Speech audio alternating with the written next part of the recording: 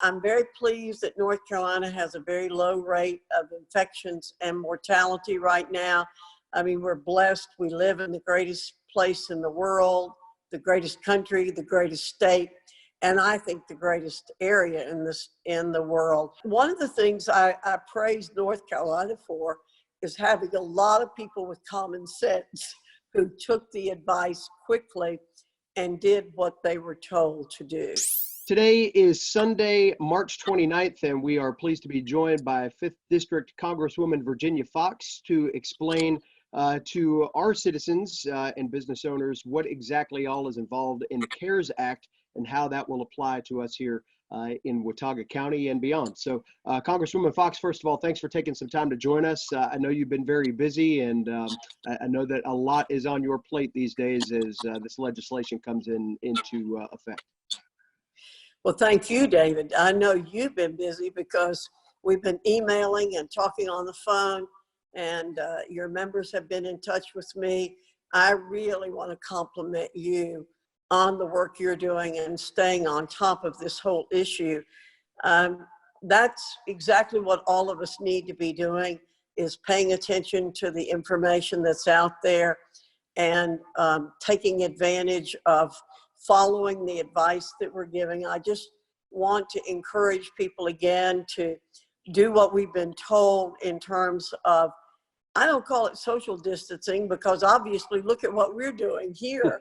Right. We're doing this from a distance and it's very social. So it's physical distancing that we're practicing in our country, and we need to continue to do that.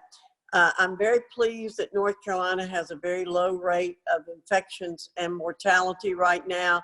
I mean, we're blessed. We live in the greatest place in the world, the greatest country, the greatest state, and I think the greatest area in the world. As you know, I say that all the time, so we're blessed. But I just want to advise people to continue to do what we've been advised to do from a health standpoint. Most people do have computers. Everybody almost has a telephone. And so you can stay in touch with people through your computer, through your phone. I plan to do a lot of that while I'm in the district from Washington. I have been to the grocery store and stocked up, I hope, for a little while.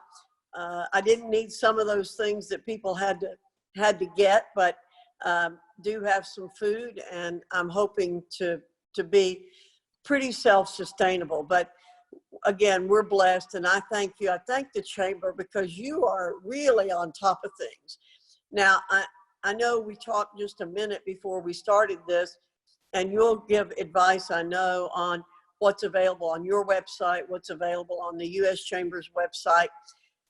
My point is, there's a lot of information out there and people need to access it. So I'm going to talk a little bit about the main program that was in the CARES Act, and I'm using my notes because I don't want to misspeak on anything.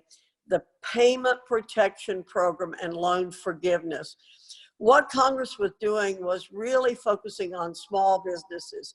And my husband and I ran a small business for 35 years. Our daughter runs that business now. So I'm really familiar, and I've talked to a lot of small business people in the area giving advice. But that is, let me boil it down. It's a 100% federally guaranteed loan for 8 weeks. It's assistance to small business and 501c3 nonprofits, sole proprietors, independent contractors, and other self-employed individuals who are also eligible. So this is the first time we've had a program that would get to self-employed individuals. It's going to cover payroll, interest on mortgage, rent, and utilities. That's what people can include in these loan programs. Now, what people need to do is go to their traditional lender. Most people are qualified to do most banks and credit unions are qualified to do SBA loans, but they're working to make almost every lending institution qualified to do SBA loans. So that's the main thing that people need to do. They're welcome again to go to our website to get information. You're going to be fantastically geared up for this. The U.S. Chamber is. But what folks need to do primarily is get to their lenders as quickly as they possibly can. A couple of things that I will add to that. All the fees for these loans that normally apply have been waived. People have to have been in business before February 15, and they have to keep their employees employed for at least till June 30th. I forgot to write that down, but I think that's right. We're also told, I know a lot of people tell me the federal government doesn't move very fast on things like this, but let me tell you, the fire has been lit under the SBA to get the SBA to move faster in this situation. And I think we all know that our private lenders are able to move faster. So that's a quick summary. I can try to answer questions from you if you have them. Sure. I think another thing that is very popular and on the minds of many in this area certainly will be the payments to individuals. And that information has been detailed out pretty well. What do you anticipate in terms of timing of those payments as well? What we're hoping is that money will be out within 2 to 3 weeks. That's what the Secretary of the Treasury has told us. I mean, they are really working for the government at warp speed on this. So I am hoping very much that this will get done very, very quickly. A number of folks also noticed in the bill there was some information in there about financial assistance to medical providers, and certainly Appalachian Regional Healthcare System here in our area has done a fabulous job of making sure that we're ready and able to combat these issues here locally. But what kind of funds will be available to hospitals? What is that really designed to assist them with? I don't have the exact amount in my head. I think it's $150 billion, if I recall it right. But that is primarily to help the hospitals and the medical professionals be able to get the equipment they need. I mean, we're hearing constantly the face mask and the PPEs, the personal protection equipment that they need. But that's primarily what that is for, is to make sure that the medical equipment is available out there. There's also some pieces in that legislation to protect people who come back into the system who may have retired in terms of liability. We don't want anybody to be punished as a result of being good Samaritans. And so there is a lot of money in there for this equipment. There's also money in the bill to allow our agencies to buy equipment and have that available to people. So Homeland Security is getting a lot of money for that. We need to restock these supplies that we have. You know, nobody could anticipate something like this happening. I say to people, it's like 9/11. Who could have imagined some people, crazy people, flying airplanes into the Trade Center? I don't think anybody could have anticipated this, but we're going to do everything we can to make sure we take care of our citizens. And again, while the numbers look bad right now, today, we now have outpaced most other places. But a lot of that has to do, David, with folks not taking precautions in places like New York, Los Angeles, Louisiana.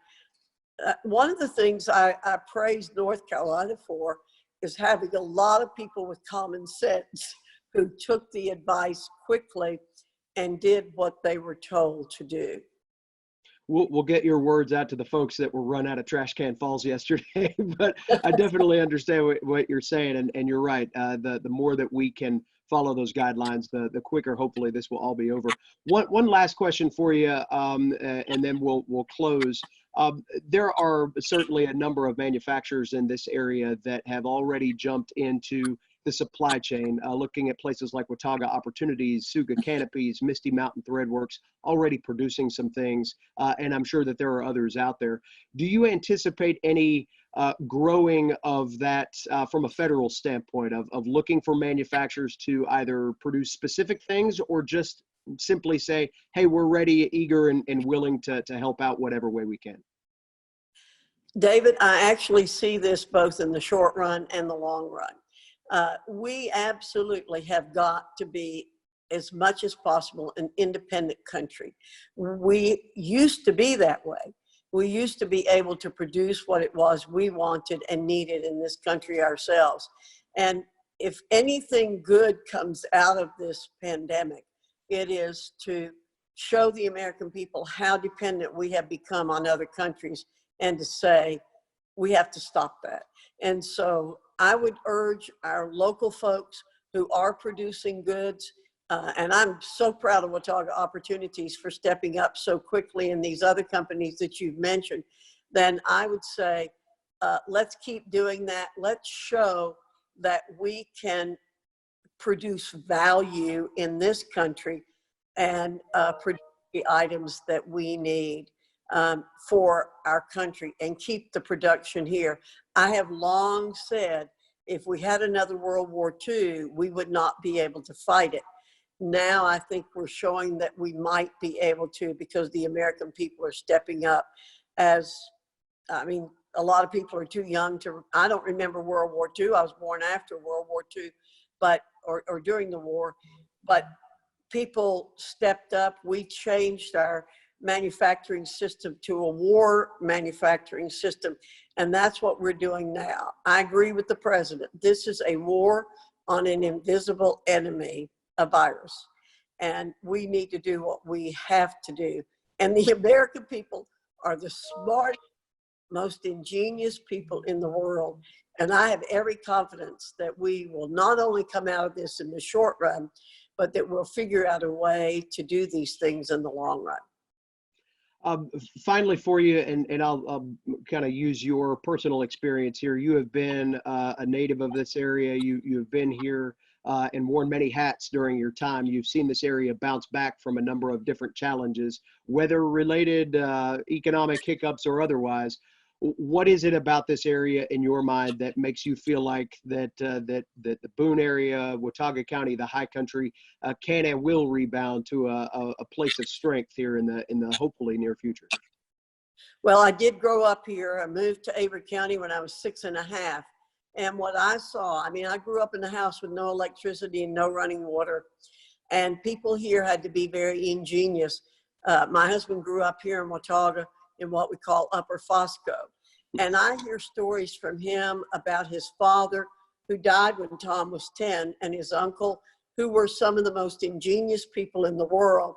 And we know, to have survived in this area over the years, people had to fend for themselves and figure out how to cope in a very hostile environment, in terms of the weather in the wintertime, and in terms of transportation and all those kinds of things.